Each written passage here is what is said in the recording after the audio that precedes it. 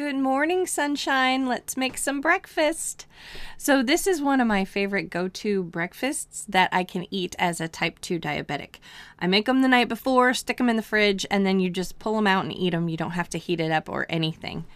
So just know when I tell you all of these ingredients, they're based on the exact brands that I have. So if you change a brand, you're going to have to just make sure that those calorie counts translate to your new brand that you switch to.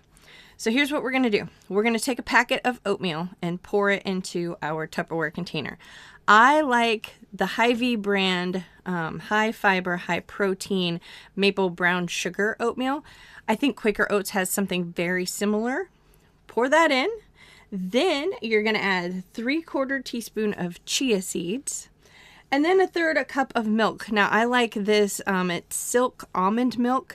I get the vanilla kind, so it does sort of taste sweet, but it is unsweetened, so you don't have to deal with those extra calories and carbs. So 1/3 cup of that. And then you're gonna add your apple. Now I add 3 ounces of apple to mine. That is about half of a Fuji apple.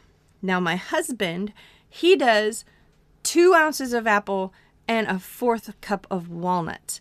It doesn't really change the carb count. It doesn't really change the fiber count, but it does drastically change the calorie count if you're watching your calories. So if you're watching your calories, go with 3 ounces of apple. If not, enjoy your walnuts.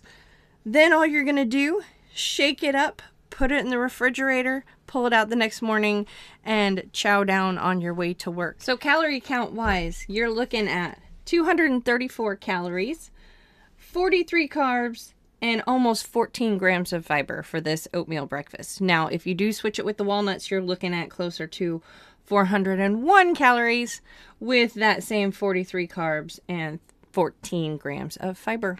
Enjoy your breakfast.